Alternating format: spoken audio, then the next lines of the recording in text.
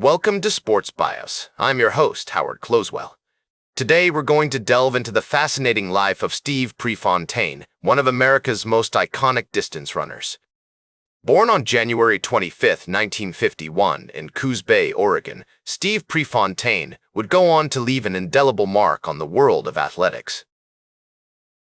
Steve Prefontaine was born to Raymond and Elfriede Prefontaine, a working-class couple who instilled in him the values of hard work and determination. His father, Raymond, was a carpenter, and his mother, Elfriede, was a homemaker, taking care of Steve and his two siblings, Linda and Netta. The family lived in a small house on Elm Street in Coos Bay, surrounded by the rugged natural beauty of the Oregon coast. Growing up in Coos Bay had a profound impact on Steve's early life. He spent countless hours exploring the woods, running along the coastline, and playing sports with his friends. His parents encouraged his athletic pursuits, recognizing his natural talent from an early age. Steve's father, Raymond, was a skilled athlete himself, having played football in high school, and he often took Steve on hunting trips, teaching him about the importance of discipline and perseverance. As Steve entered Marshfield High School in 1965, he began to focus on track and field under the guidance of his coach, Walt McClure. McClure, a seasoned coach with a keen eye for talent, recognized Steve's potential and encouraged him to pursue his passion for running. Under McClure's tutelage, Steve quickly developed into a talented distance runner, setting multiple records in the 1-mile and 2-mile events. The Coos Bay area itself played a significant role in shaping Steve's early life. The region's scenic coastal trails, picturesque waterways, and towering forests provided him with endless opportunities for exploration and adventure. He would often spend hours running through the woods, exploring the coastline, and simply enjoying the beauty of nature. This deep appreciation for the natural world would stay with him throughout his life, providing a source of inspiration and solace in times of need. Steve's family background also had a profound impact on his early life. His parents worked hard to make ends meet, often relying on government assistance to get by.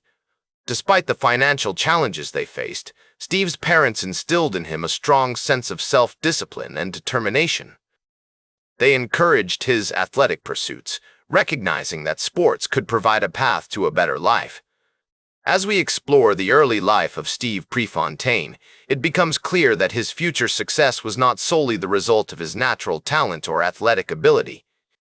Rather, it was the product of a complex interplay between his family background, his relationships with coaches and mentors, and the historical context in which he lived.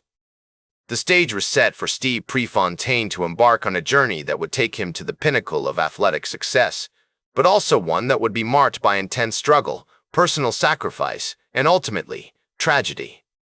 As Steve entered the University of Oregon in 1969, he began to make waves in the athletic community under the guidance of legendary coach Bill Bowerman.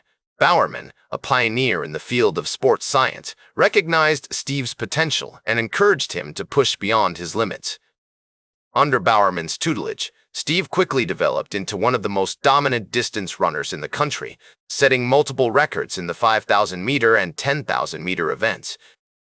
One of Steve's most notable achievements was his victory at the 1971 NCAA cross-country championships, where he led the University of Oregon to a team title. This victory marked a turning point in Steve's career as he began to gain national attention for his incredible talent and dedication to the sport. He went on to win numerous titles, including multiple NCAA championships and a spot on the 1972 Olympic team.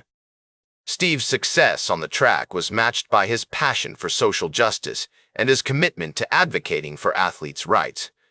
He was an outspoken critic of the Amateur Athletic Union and its restrictive rules governing amateur athletics. Steve believed that athletes should be able to earn a living from their sport, and he worked tirelessly to challenge the status quo and push for reform. In 1972, Steve founded the Athletics Congress, an organization dedicated to promoting the interests of track and field athletes.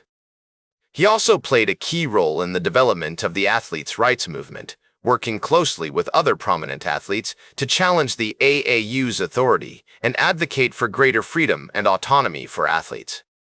Steve's impact on the sport of track and field extends far beyond his impressive athletic achievements. He was a true pioneer, paving the way for future generations of athletes to earn a living from their sport and to have a greater say in the governance of their respective sports. His legacy continues to inspire athletes and fans alike, and his commitment to social justice and advocacy remains an important part of his enduring legacy. As we reflect on Steve Prefontaine's remarkable achievements, it becomes clear that his success was not solely the result of his natural talent or athletic ability. Rather, it was the product of a complex interplay between his family background, his relationships with coaches and mentors, and the historical context in which he lived.